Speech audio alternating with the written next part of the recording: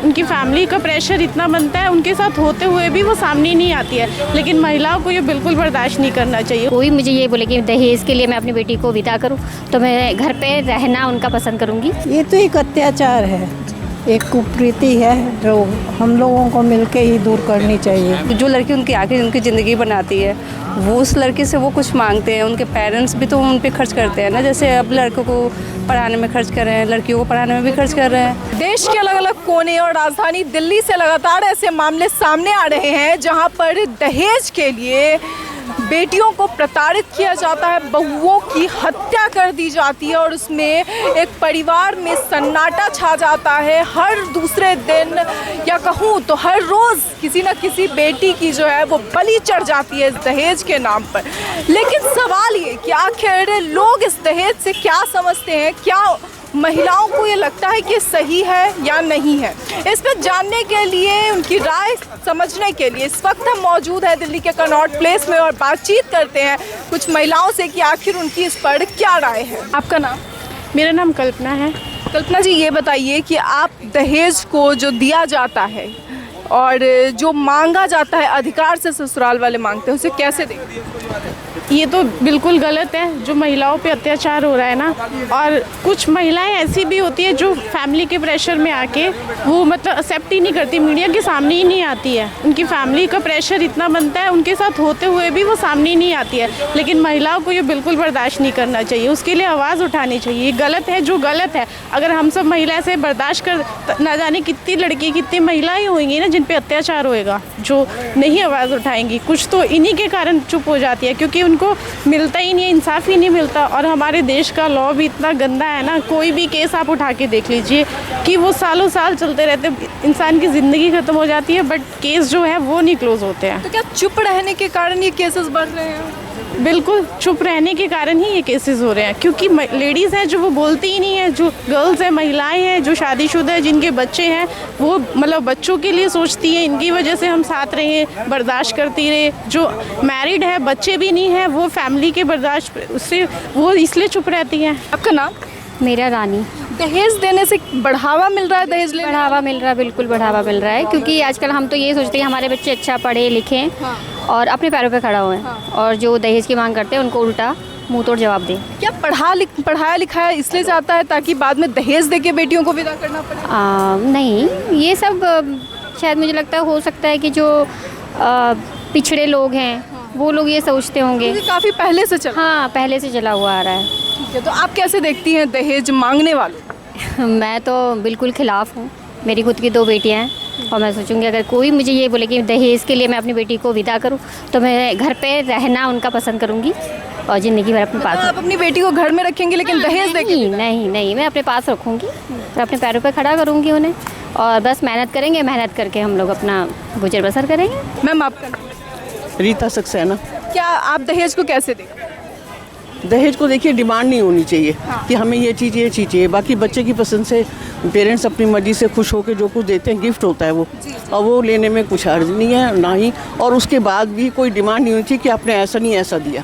हो सकता है मैं 100 रुपये की चीज़ दूँ, मेरी इतनी हैसियत है, लेकिन आपको नहीं अच्छी नहीं लगी, हमें पसंद नहीं है, वो दहेज होता है, वो गलत चीज़ है। तो सामने से मांगा जाना गलत? हाँ, अगर आप कहेंगे हमें ये हाँ, ज़रूरत से भी मांग लेता है आदमी का, आप ये दे रहे हैं उसकी जगह ये दे दीजिए, है मतलब अल्टरनेट उसका सब्स्टिट्यूट, वो भी ठीक है। जब दे ही रहे हैं तो आपकी पसंद का दे देंगे, लेकिन उसके बावजूद भी जो हमारे दे के करना, हाँ, प्रेशर से और थोड़े जो कस्टम से उसमें भी पैसे का लेना देना होता है। 1 रुपये से भी शगुन होता है और 1000 से भी होता है, उसमें भी कोई ऑब्जेक्शन नहीं होना चाहिए। बस बाद में कहो जी लड़की को तुमने ये नहीं दिया, वो नहीं दिया, वो नहीं दिया, बाद में नहीं कहेंगे। क्योंकि इसके कारण कई बार होता है कि मार दिया जाता है लड़कियों को, प्रताड़ित किया। और नहीं, पहले ये होता है, और कई बार ये भी हो जाता है, मान लीजिए हमने ज़्यादा टाइम है शादी में, हमने कहा है हम कमिटमेंट हमारी, हम ये देंगे वो देंगे, नहीं दे पाए, तो वो भी कोई वो क्लेम नहीं होना चाहिए कि तुम ये लेकर नहीं आए, वो नहीं लेके आए। और कई बार होता है हम नहीं दे पाते, लेकिन टाइम टू टाइम हम उसको डिस्ट्रीब्यूट करके देते हैं। उसको किसी फंक्शन हुआ, फिर ये दे दिया, वो दे दिया, मतलब शौक से दो, मांगे सारी उम्र देना है, तो इसमें इसलिए मुँह से नहीं बोलना चाहिए। का नाम?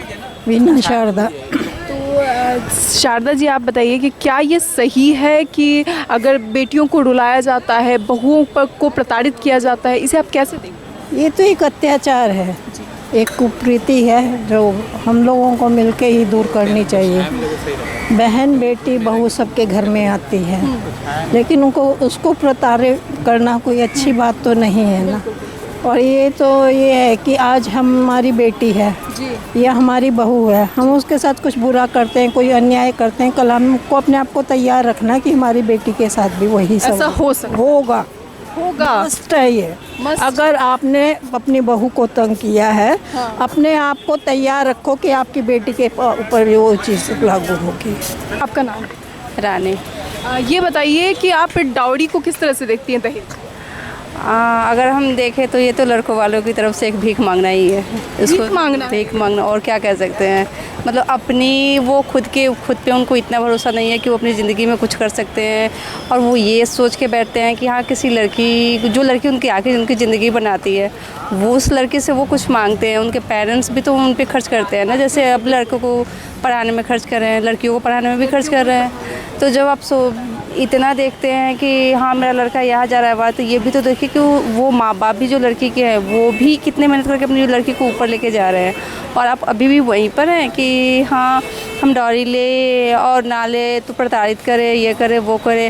हालांकि बहुत चेंज है, लेकिन अभी भी बहुत चेंज की ज़रूरत है। कहते हैं 21वीं शताब्दी आ गई है, अब लोग काफ़ी ज़्यादा जागरूक हो गए हैं। क्या जागरूकता होती तो इस तरह से मामले आ रहे हैं? नहीं, जागरूकता अभी नहीं है। अगर मैं देखूँ तो जागरूकता जो यंगस्टर्स है उनके टाइम पे वो जागरूकता होगी जब वो एज ए पेरेंट्स होंगे, लेकिन मुझे लगता है जो पीछे से जो बैगेज आ रहा है वो अभी वो ख़त्म नहीं हुआ है। वो उनकी मेंटालिटी वैसी है, अभी कुछ परसेंट की नहीं है, कुछ परसेंट की है। क्या आप लव मैरिज करना पसंद करेंगी या अरेंज?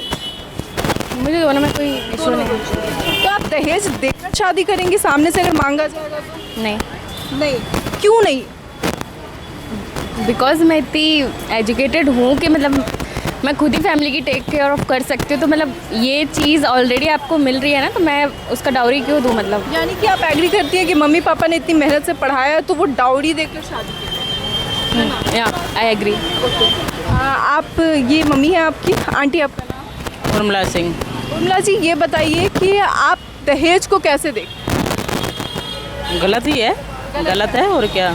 प्रेशर देकर मांगा जाता है माता पिता से, लोग कहते हैं कि गिफ्ट दे रहे हैं, लेकिन तोहफा कब तक, जब तक वो प्रेशर बन जाता है?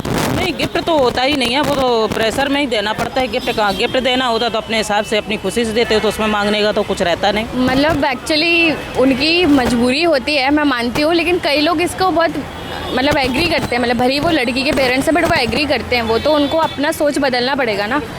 लोगों को कोई इशू नहीं है कि वो भले उसे करप्शन से ही क्यों ना अर्न कर रहे हैं, लोग डाउरी वैसे किसी भी तरीके से अर्न करके पे ऑफ करना चाहते, तो वो तो सबको, लड़का लड़की दोनों के पेरेंट्स को सोचना पड़ेगा ना कि नहीं देना है। साफ तौर पे देखा कि हमने कई सारे लोगों से बातचीत की, उनका इस पर कहना है कि जो डाउरी है यानी कि जो दहेज है वो सही नहीं है। आपको बता दें कि कई ऐसे राज्य हैं जैसे बिहार जैसा राज्य, वहाँ पर दहेज को साफ तौर से उसे बैन किया गया है, यानी कि आप दहेज नहीं ले दे सकते हैं। लेकिन फिर भी एक बड़ा रेशियो उन लोगों का है जो दहेज देकर शादी करते हैं, क्योंकि उन पर प्रेशर डाला जाता है कि शादी तभी होगी जब आप दहेज देंगे। लड़की भले कितनी भी पढ़ी लिखी हो, कोई भी जॉब कर रही हो, लेकिन दहेज जो है वो एकदम कंपलसरी बना दिया गया है वहाँ पे कि बिना दहेज के शादी नहीं हो सकती।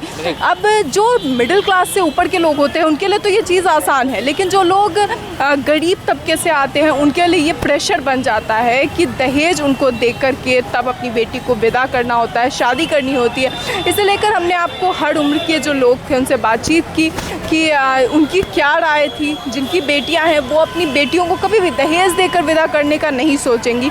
वहीं जो नए यंग जनरेशन के बच्चे थे उन्होंने भी कहा कि जो दहेज है वो एक तरीके से मतलब भीख मांगने जैसा हो गया कि आप अपने मतलब बेटे के लिए भीख मांग रहे हो। इस तरह की चीज़ें जो सभी ने अपनी अपनी राय दी। इसे लेकर दहेज को लेकर आपकी क्या राय है कि ये जो किया जा रहा है ये सही है या नहीं है? अपनी राय कमेंट बॉक्स में ज़रूर बताएं। कैमरा जर्नलिस्ट शिवम शर्मा के साथ मैं Saumya Mishra, Delhi up to date.